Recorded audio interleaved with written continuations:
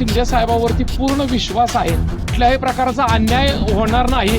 विश्वासात घेतल्याशिवाय कुठलंही पाडकाम किंवा बेघर कोणालाही होऊ देणार नाही असं त्यांनी आश्वासन दिलेलं आहे. घरेदारे मठ मंदिरे उद्ध्वस्त न करता ही कॉरिडॉर होऊ शकतो. येणाऱ्या वारकऱ्याची सुखसुविधा होऊ शकते. शासनाच्या पडीक जागा आहेत, वर्षानुवर्षाच्या पडीक जागा आहेत, त्या सुद्धा आम्ही शासनाच्या निदर्शनास आणून दिलेल्या आहेत. त्या येणाऱ्या वारकऱ्यांसाठी भाविकांसाठी जर तिथं सुखसुविधा शासन करत असेल तर त्यांच्यासोबत आम्ही हातात हात घालून काम करायला तयार आहोत. कॉरिडॉर बाधितांच्या वतीने शिवसैनिक वैभव बडवे यांनी उपमुख्यमंत्री एकनाथ शिंदे यांना निवेदन सादर केले. संभाव्य कॉरिडॉर प्रकल्पातील अन्यायामुळे हवालदिल झालेल्या नागरिकांच्या भावना त्यांनी मांडत, साहेब आम्हाला या अन्यायापासून बाहेर काढायचे असेल तर ते फक्त आपण करू शकता अशी थेट आणि स्पष्ट हाक दिली. या प्रकरणाची गांभीर्याने दखल घेत एकनाथ शिंदे यांनी तातडीने लक्ष घालण्याचे संकेत दिले. तसे भर सभेत कॉरिडॉरच्या संदर्भात भेटले.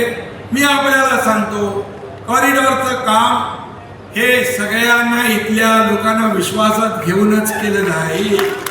ठामपणे आश्वासन दिले की सर्वांना विश्वासात घेतल्याशिवाय कॉरिडॉर प्रकल्प राबवला जाणार नाही.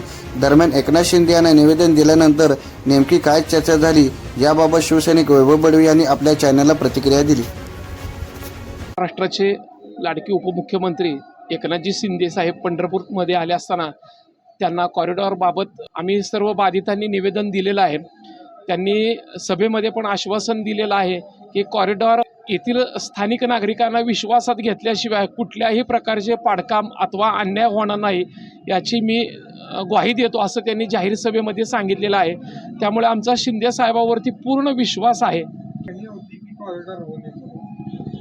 बरोबर आहे, त्यांनी त्याप्रमाणे सकारात्मकता दाखवलेली आहे. कुठल्याही प्रकारचा अन्याय होणार नाही.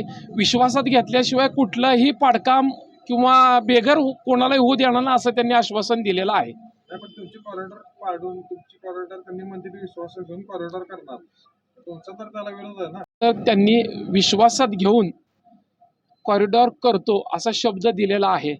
कॉरिडॉर करत असताना जो पाईक संघ, वारकरी संप्रदाय आणि इथील नागरिकांनी जो आराखडा दिलेला आहे त्या पद्धतीने कॉरिडॉर करायला आमचा विरोध नाही. घरेदारे मठ मंदिरे उद्ध्वस्त न करता ही कॉरिडॉर होऊ शकतो. येणाऱ्या वारकऱ्याची सुखसुविधा होऊ शकते. जर ते या गोष्टीला सकारात्मक असतील तर आम्ही पण सकारात्मक त्यांच्यासाठी तयार आहोत. ज्या शासनाच्या पडीक जागा आहेत, वर्षानुवर्षाच्या पडीक जागा आहेत, त्यासुद्धा आम्ही शासनाच्या निदर्शनास आणून दिलेल्या आहेत. त्या येणाऱ्या वारकऱ्यांसाठी भाविकांसाठी जर तिथं सुखसुविधा शासन करत असेल तर त्यांच्यासोबत आम्ही हातात हात घालून काम करायला तयार आहोत.